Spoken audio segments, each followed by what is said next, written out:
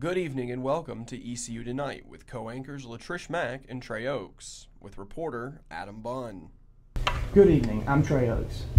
And I'm Latrish Mack. Eating healthy and the best places to do so is a common topic around campus. Here's Adam Bunn with more.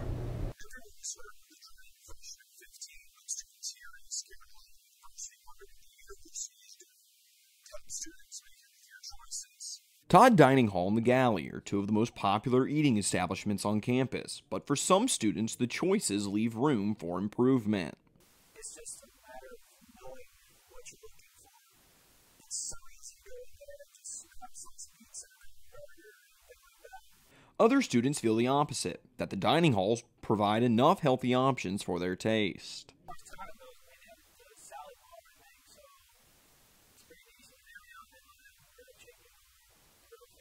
While students may not see the choices at the dining halls as healthy, Graduate Assistant for Nutrition Kelly Gates says those options are there. There is healthy choices. They offer cups, veggie cups, hummus wraps. There's several different options. Students like Junior Jaron Herring have decided to use supplements to help overcome their unhealthy eating habits.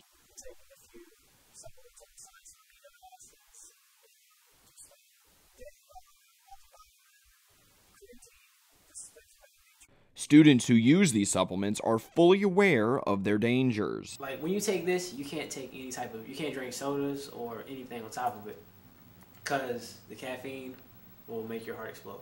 Gates says that students who use these supplements should know that they are doing themselves more harm than good. If he's excessive in his protein intake, and then one time body can digest so much in one sitting. So that makes sense. Just be a certain. Ultimately, Gates says that maintaining a healthy weight is as simple as getting an exercise every so often.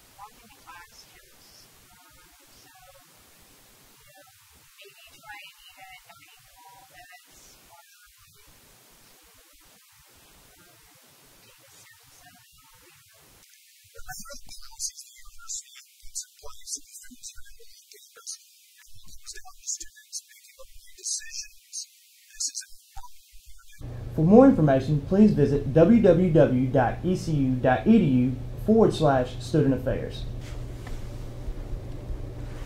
Now to Adam Bunn for recent academic news.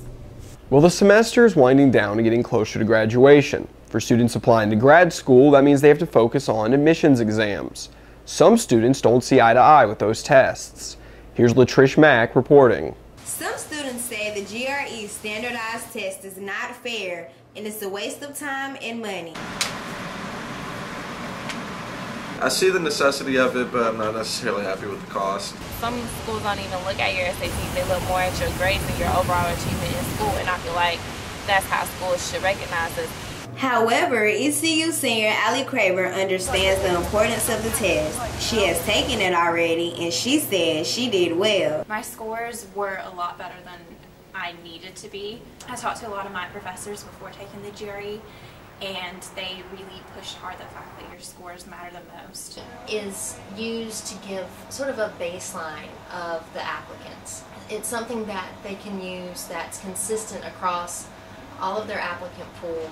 ECU graduate student says the GRE didn't evaluate her capabilities. It's actually very pointless and did nothing to define my ethics as far as my work ethic or just anything about me. I am Latrish Mack reporting. If you are interested in applying to grad school, please visit the graduate admissions office on campus. Back to you, Latrish. ECU has had a recent problem with student obedience when it comes to its on-campus smoking rule, so they are looking at possible solutions. Here's Trey Oakes with more. At ECU, several students have one thing in common: cigarette smoking. A lot of students, like Chris Leggett, smoke on campus. Well, not every day, but most of the days. The only rule on campus about smoking is to stay at least 25 feet away from all buildings. But SGA President Tremaine Smith says that there is a problem with the rule. The smoking bans aren't followed through, they're not enforced. The SGA decided to make an effort to solve the problem.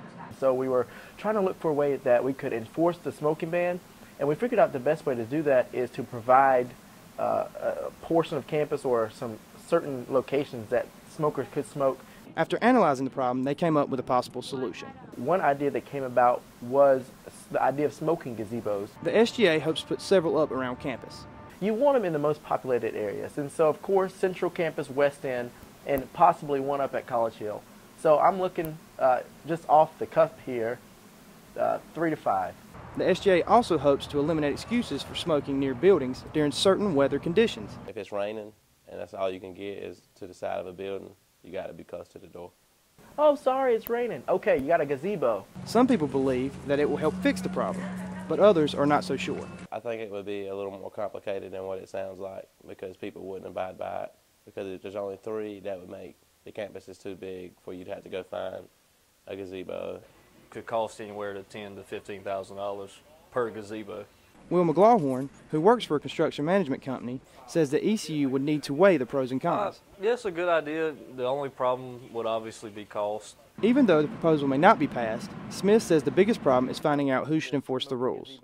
Say the smoking gazebo doesn't even get off the ground, but we will have the who, and so we'll start enforcing it that way. If the proposal is passed, the SGA hopes to have the gazebos up sometime next semester. This is Trey Oaks reporting. For the full smoking policy on campus, please visit www.ecu.edu and search smoking policy. If you do smoke and you are interested in quitting, please visit smokefree.gov.